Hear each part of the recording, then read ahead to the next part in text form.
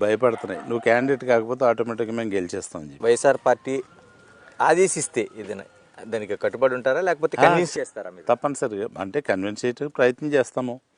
వీలు పడకపోతే ఆయన ఏం చెప్తే చేయడానికి సిద్ధంగా ఉన్నాం. వరప్రసాద్ గారు, నేను సూటిగా అడుగుతున్నాను, జనసేన పార్టీలోన పార్టీ అధ్యక్షుడు కూడా ఓడిపోయిన సమయంలో మీరు ఒకే ఒక్కడిగా నిలిచారు. నిజంగా పార్టీ మిమ్మల్ని ఇగ్నోర్ చేసిందా, లేకపోతే మీరు పార్టీకి ద్రోహం చేశారా? అవి కొన్ని కారణాలు, అవి బయటికి చెప్పాం. ఏదో జరిగింది అది నేను చెప్పను, వాళ్ళు చెప్పరు. నన్ను ఏదైనా ఇప్పుడు పవన్ కళ్యాణ్ గారు మల్కీపురం మీటింగ్ పెట్టి నన్ను ఏదైనా అన్నారా? ఏమీ అనలేదు. ఇక్కడ మీటింగ్ పెట్టి చంద్రశేఖర్ రెడ్డిని దారుణంగా విమర్శించారు, నన్ను విమర్శించలేదు. అలాగే నేను ఆయన వచ్చి వెళ్ళిన తర్వాత కానీ, అంతకుముందు కానీ తర్వాత కానీ ఒక్క మాట జనసేన పార్టీని మాట్లాడాను, పవన్ కళ్యాణ్ గారిని విమర్శించానా? అది ఇక్కడ చేయం.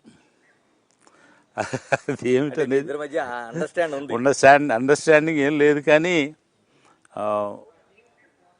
నాకు టికెట్ ఇచ్చారనేటువంటి అభిమానంతో నేను మాట్లాడుతూ ఉంటాను. ఆయన కూడా జరుగుతుండే కొన్ని జరిగినాయి, అవి బయటికి చెప్పేవి కాదు. వరప్రసాద్ గారు, మీరు ఏ పార్టీలో ఉన్నా కార్యకర్తల కోసం ఏం చేయడానికైనా సిద్ధపడతారంట.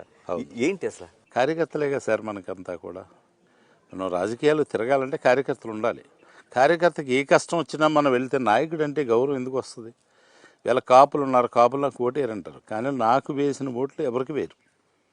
కాపుల నుంచి ఇంకా వైఎస్ఆర్ పార్టీలో ఇంకెవరు నిలబడినా ఆ ఓటింగ్ తెచ్చుకోలేరు, నాకు మాత్రం వస్తుంది. ఎందుకంటే నాకు ప్రతిపక్షం అని కానీ